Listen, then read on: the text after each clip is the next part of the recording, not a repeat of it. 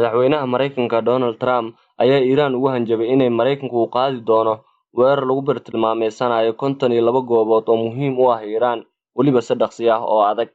Hadalka Donald Trump ayaa daba socda dilkii uu Mareykanku u geystay Generaal Qasem Soleimani, iyadoona Iiraan ay wacd ku martay inay ninkaasi u argudi doonto. Mr. Trump ayaa bartiisa Twitter-ka soo dhigay fariin uu ugu sheegayo in Iiraan ay si adag u hadlayso oo ay bartilmaameedsan doonto goobo gaar ah oo muhiim u ah Mareykanka. Waxa uu sheegay in Mareykanku uu soo ogaaday 52 goobood oo qaarkood ay aad muhiim ugu yihiin Iiraan iyo dhaqanka Iiraaniyiinta, kuwaas oo si dhaqsi ah oo adag loo weerari doono waa haddii ay xukuumadda Tehran weerarto Mareykanka. Mareykanku ma doonayo cagajuglayn dambe, ayuu Trump Mareykanka. Inkastoo militariga Ciraaq ay sheegeen inaysan jirin cid ay waxyeello ka soo gaartay weerarkaasi, haddana ma jirto ilaa haatan cid sheegatay inay ka dambeysay weerarkaasi, balse xoogagga taabacsan Iiraan ayaa lagu eedeynayaa inay ka dambeeyeen weeraradii dhowaan ka dhacay Ciraaq oo lagu bartilmaameedsaday goobo muhiim u ah Mareykanka.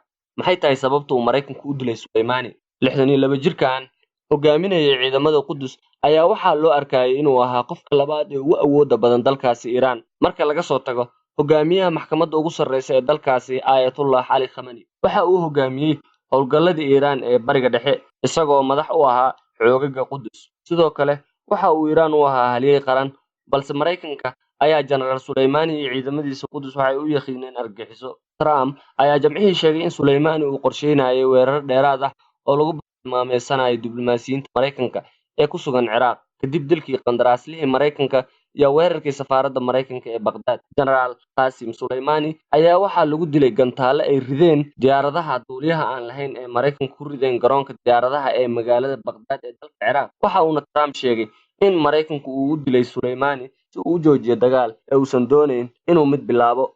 Hogaamiyaha maxkamadda ugu sarreysa dalkaasi Iiraan Ayatollah Ali Khamenei ayaa sheegay in aargoosi xanuun badan uu sugayo dambiilayaashii ka dambeeyay weerarkaas, iyadoona dhanka kale wasiirka arrimaha dibadda ee Iiraan Javad Zarif uu weerarkaasi ku tilmaamay ficil argagixis caalami ah.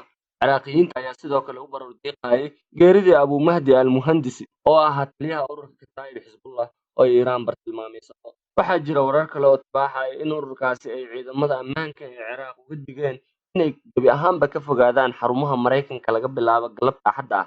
Sidaasi waxaa soo wariyey telefishinka Al-Mayadeen. Mareykanka oo ka jawaab celinaya hanjabaadii Iiraan ee aargoosiga ayaa waxa uu 3,000 oo ciidan u diray Bariga Dhexe, sidoo kalena waxa uu muwaadiniintiisa ugu baaqay inay gebi ahaanba isaga baxaan dalka Ciraaq.